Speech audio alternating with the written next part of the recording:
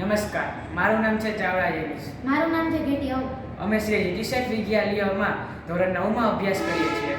આપણે જાણીએ છીએ કે રોજિંદા જીવનમાં જ્યારે ખેડૂત ખેતી કરતો હોય છે ત્યારે તેના ખેતરમાં કેટલાક વન્યજીવો અને સાપ હોય છે જે પાકને પણ નુકસાન કરે છે અને ખેડૂતને પણ નુકસાન કરે છે. ક્યારેક જો સાપ ખેડૂતને ડંખ મારી દે તો ખેડૂત ઈજાગ્રસ્ત પણ બની શકે છે અથવા ક્યારેક તે મૃત્યુ પણ પામી શકે છે. તેના નિવારણ માટે અમે આ પ્રોજેક્ટ બનાવેલ છે. અમે અહીંયા નીચે એક વાઇબ્રેટર મોટર ફિટ કરેલ છે. તેનું જોડાણ અહીંયા માઇક્રો સ્વિચ વડે કરેલ છે. જ્યારે અહીંયા નીચે દબાણ થશે ત્યારે કંપન ઉત્પન્ન થશે અને કંપ વિસ્તાર રચાશે. જો એટલા કંપ વિસ્તારમાં સાપ જેવા જીવો હશે તો તેઓ દૂર થશે અને ખેડૂતો ઈજાગ્રસ્ત થતા નથી. અમે અહીં એક સોલાર પ્લેટ લગાવેલ છે જે સૌર ઉર્જાનું વિદ્યુત ઉર્જામાં રૂપાંતર કરશે અને તે આ બેટરીને ચાર્જ કરશે. અમે અહીં એક બઝર પણ લગાવેલ છે જે ધ્વનિ ઉત્પન્ન કરશે. અહીંયા સ્વિચ ઓન કરતાં વિદ્યુત પરિપથ પૂર્ણ થાય છે અને વિદ્યુત પ્રવાહનું ધ્વનિમાં રૂપાંતર થાય છે.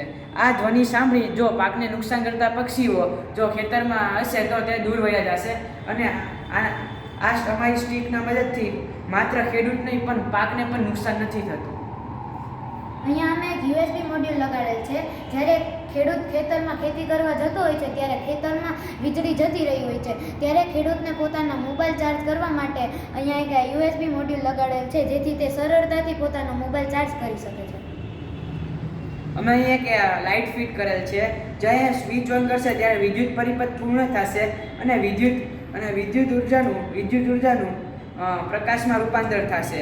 આ લાઇટનો યુઝ એ છે કે જ્યારે ખેડૂતને રાતે જવું હોય છે, અચાનક કોઈ કામ આવી જાય છે તો આ લાઇટના મદદથી તે ખેતરમાં અંધારામાં પણ કામ કરી શકે છે અને તે ખેતરેથી પાછો ઘરે આવતો હોય છે ત્યારે તેના સામેથી અંધારું હોય છે ત્યારે સામેથી વાહન આવતા હોય છે જે વાહન ચાલકને ખબર ન હોવાથી તે એક્સિડન્ટ પર બને છે.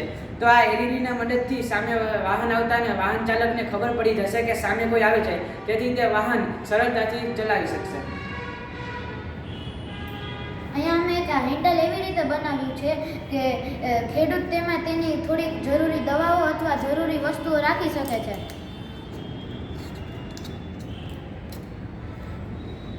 અને આ સ્ટિકનો મેક્સિમમ ખર્ચ 250 રૂપિયા છે અને અમારી આ સ્માર્ટ સ્ટિકનો ઉપયોગથી તે ખેડૂત સરળતાથી ખેતી કરી શકશે.